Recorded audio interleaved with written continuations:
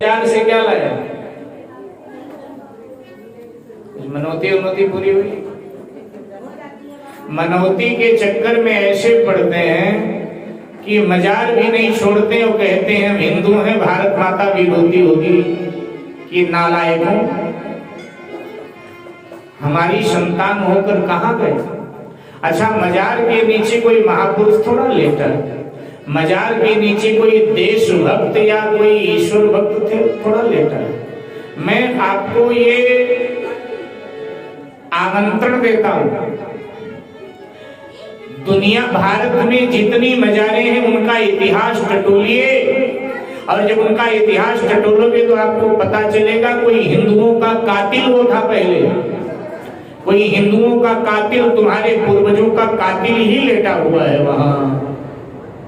उसने कोई इस देश के लिए ना कार्य किया और हमारे धर्म के लिए कार्य करने का तो मतलब ही नहीं। उसने कोई दुआ नहीं दिया सनातन समाज को, उसने दर्द ही दिया होगा सनातन समाज को। जब आप उसका इतिहास टटोलोगे तब आपको पता चलेगा। मेरे भाई बहन, कबीरदास जी ने इसीलिए कड़ी फटकार लगाई। कबीरदास जी ने कहा कि 33 कोटि देवता छोड़ के पूजे पीर मजार। अरे हमारे यहाँ 33 कोटि देवता हैं, जिनमें रुचि है उनकी आराधना उपासना करो। हमारे यहाँ मुरली मनोहर कृष्ण हैं, साथ में राधा जी खड़ी।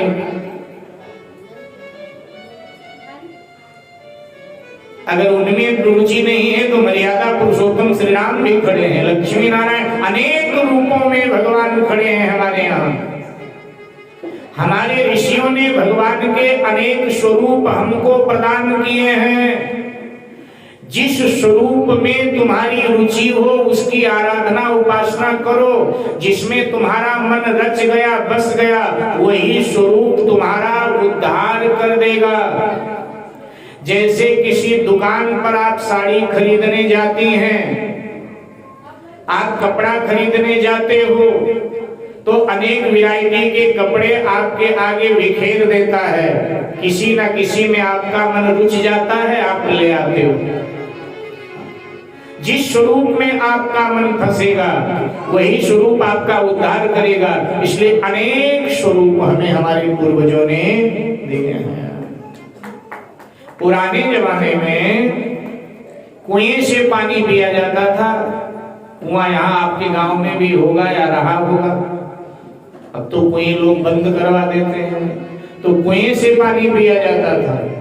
अब कई बार रस्सी कमजोर हो तो बाल्टी टूटकर कुएं में गिर जाती थी, रस्सी से बाल्टी अलग होकर। अब कुएं में गिर जाए तो बाल्टी निकालना पड़ता।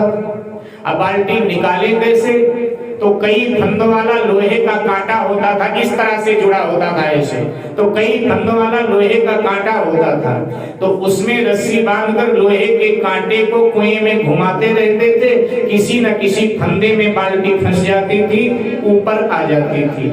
ऐसे हमारे सनातन धर्म में भगवान के अनेक स्वरूप हैं। जिस स्वरूप में आपका मन वश गया बस वही स्वरूप आपका उद्धार कर देगा। लेकिन फिर भी हमारी बुद्धि बिगड़ी है, हम मजारों पर जाते हैं मुर्दा पूजने के लिए, जिनको छूकर भी स्नान करना चाहिए उनको हम अगरबत्ती दिखाने जाते हैं, फिर घर में भी घुस जाते हैं, वो बला लेकर के घर में भी प्रवेश कर जाते हैं। तो कबीर जी कहते हैं कि 33 कोटि देवता छोड़ के पूजे पीर मजार। अच्छा, ऐसे हिंदू जाति को बार बार धिक्कार। इतना ही नहीं, आगे भी कबीर जी ने कहा कि कबीरा ये संसार में सब पूतन के मूर्खों से भी मूर्ख। कबीरा ये संसार में सब पूतन के और जे दुनिया से चले गए उनसे मांगे पूत। जे दुनिया से चले गए उनसे मांगे पूत, उनसे पुत्र मांगते मारते हैं, जिनके मांस को कीड़े खा गए, हड्डियां गल गई, कोई अता पता नहीं, उन मुर्दों से मांगते हैं पुत्र। मुर्दा क्या देगा बेचारा, उसका तो अस्तित्व ही खत्म हो चुका है। मांगना है तो भगवान से मांगो, अपने देवी देवताओं से मांगो जो सदा हैं, सदा थे और सदा रहेंगे। ऐसे देवी देवताओं से मांगो, भगवान से मांगो। ध्यान देना, जो तुम्हारे भाग्य में है तुमसे कोई ले नहीं सकता, जो तुम्हारे भाग्य में नहीं है तुम्हें कोई दे नहीं सकता, सिवाय ईश्वर के, सिवाय भगवान के। क्योंकि भगवान असंभव को भी संभव बना देता है, क्योंकि वो सर्व समर्थ है। इसलिए इधर उधर मत भटको। हनुमान जी सब कामनाओं को पूर्ण करने के लिए बैठे हैं, क्योंकि सब सुख लाहे तुम्हारी शरणा, सब सुख लाहे तुम्हारी शरणा, तुम रक्षक काहू को डरना, जब तुम रक्षक काहू को डरना, और सब सुख लहे तुम्हारी शरणा। सभी सुख हनुमान जी महाराज अकेले प्रदान करते। हनुमान जी कहते हैं सभी देवी देवताओं से आराम करो, सब काम मेरे जिम्मे सौंपो, सब कर देंगे, चिंता नहीं। सब हनुमान जी अकेले करने के लिए बैठे हैं, लेकिन फिर भी हम भाग भाग करके इधर उधर जाते हैं। तो हनुमान जी की शरण ग्रहण करो। हनुमान जी सभी प्रकार का सुख प्रदान करते हैं, जो चाहोगे वो मिलेगा। शरण में तो हनुमान जी को जाइए, लेकिन हनुमान जी के शरण में जाते हुए लोग डरते हैं, क्योंकि हनुमान जी के शरण में तो जाने से पहले थोड़ा खान और पान को ठीक रखना पड़ता है। खान ठीक रखो, भोजन आपका सात्विक होना चाहिए और पीना भी आपका सात्विक होना चाहिए। खान पान को तो ठीक रखना भाई। सनातन धर्म में तो खान पान का विशेष महत्व है। खान पान को आपको ठीक रखना पड़ेगा। मांसाहार और मदिरा पान ये दो छोड़ो, फिर हनुमान जी की शरण ग्रहण करो। देखो हनुमान जी बिल्कुल आनंद कर रहे हैं। इसलिए अपने धर्म भगवान श्री कृष्ण ने कहा है, वैसे तो हम कहते हैं हम भगवान कृष्ण को बहुत मानते हैं, बहुत प्यार करते हैं।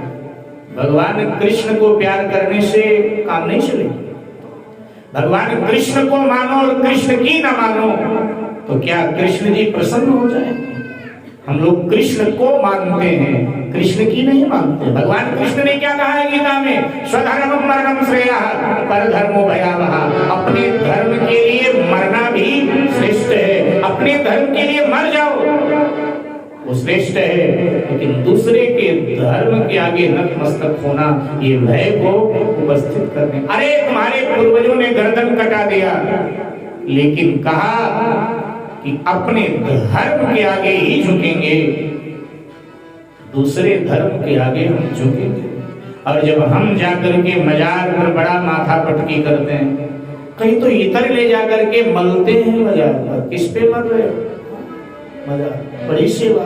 घर में सासू की सेवा होती नहीं, घर में पति के कमर में दर्द है, सेवा होती नहीं है, और मजार पर बड़ी मालिश हो रही है। सत्यानाश हो तुम्हारा, कल्याण करेंगे भगवान?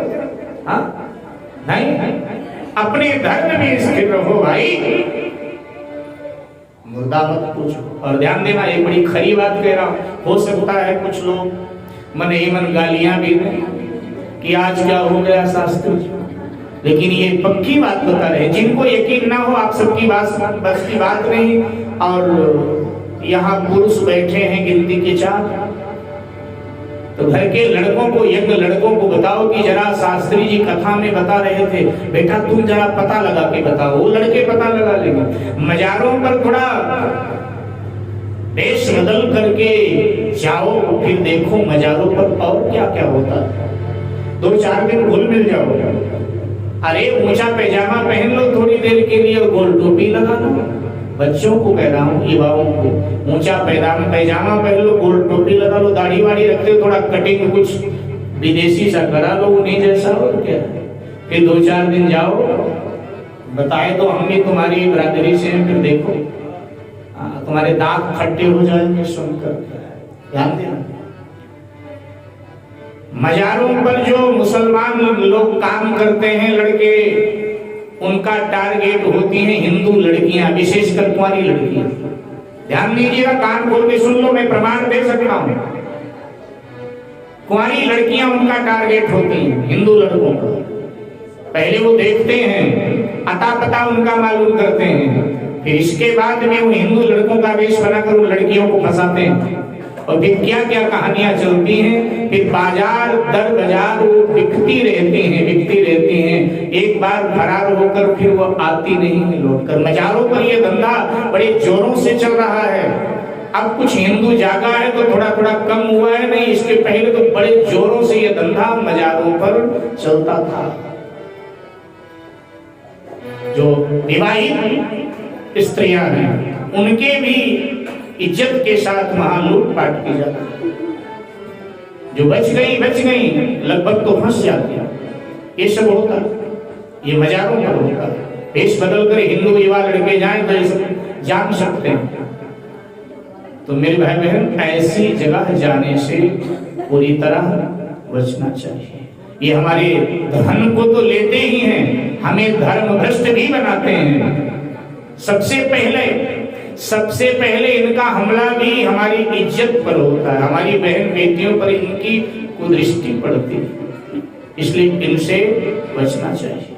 ध्यान दीजिएगा।